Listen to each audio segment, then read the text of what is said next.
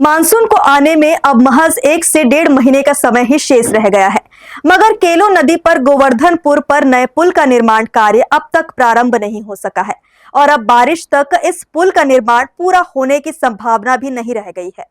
तो वहीं गोवर्धनपुर पर केलो नदी में बने वैकल्पिक मार्ग से भारी वाहनों की आवाजाही भी निरंतर जारी है और दिन रात उड़ रहे धूल के गुबार के चलते दुर्घटनाओं का खतरा भी पहले से काफी बढ़ गया है।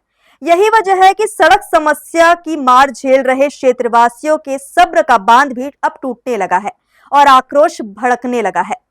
पिछले बारिश के सीजन में भारी वाहनों की आवाजाही के चलते गोवर्धनपुर में केलो नदी पर बना पुल क्षतिग्रस्त हो गया था और सुरक्षा के लिहाज से प्रशासन को इस पुल से आवाजाही रोकनी पड़ गई थी। बाद में जब पुल का निरीक्षण किया गया तो यह बताया गया कि अब यह पुल भारी वाहनों की आवाजाही के लायक नहीं रह गई है। यही वजह है कि गोवर्धनपुर में नए पुल निर्माण की कवायद शुरू की गई।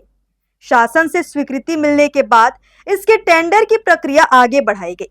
अब जब यहां नए पुल निर्माण के लिए टेंडर की सारी प्रक्रिया पूरी कर ली गई है, बावजूद इसके यहां पुल का निर्माण कार्य प्रारंभ नहीं हो सका है, क्योंकि नए पुल के निर्माण के आड़े अमृत मिशन का पाइपलाइन आ रहा है। सेतु विभाग ने स्पष्ट कर दिया है कि जब तक नगर निगम पुल से पाइपलाइन को नहीं हटाएगा, वे पुल का निर्माण प्रारंभ नहीं कर सकते। इन सब प्रक्रियाओं में अब मई का आधा महीना भी गुजर चुका है, मगर ना तो पुराने पुल से अमृत मिशन का पाइपलाइन हटाया जा सका है और ना ही नए पुल के लिए निर्माण कार्य शुरू हो सका है, जबकि अब मानसून को आने में महज 1 से 1.5 महीने का समय ही शेष रह गया है। इस स्थिति को देखते हुए यह कतई नहीं लगता कि बारिश के पहले यहां पुल का निर्माण कार्य प्रारंभ हो सकेगा। दूसरी तरफ जर्जर पुल से आवाजाही लोगों के लिए पहले से ही परेशानी का सबब बनी हुई है, तो वही केलो नदी पर बनाए गए वैकल्पिक रपटा मार्ग से भारी वाहनों की आवाजाही बदस्तूर जारी रहने के कारण दुर्घटनाओं की आशंका पहले से काफी बढ़ गई है। दिन रात यहां धूल के गुबार उड़ रहे हैं और पूरा क्षेत्र में धूल की मोटी परत जम गई है, जहां पैदल चलना भी लोगों के लिए दुश्वार हो गया है।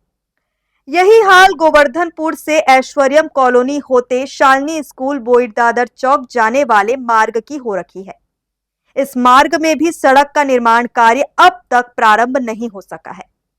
ऐसे में बारिश के शुरू होते ही शालिनी स्कूल से लेकर गोवर्धनपुर तक की स्थिति और भी खराब हो जाएगी और यहां पैदल चलना तक दुष्कर साबित हो जाएगा। यही वजह है कि इस समस्या को लेकर अब क्षेत्रवासियों का गुस्सा फूटने लगा है और शासन प्रशासन के खिलाफ आक्रोश भी भड़कता जा रहा है। हर्ष न्यूज के लिए राहुल अधिकारी की रिपोर्ट।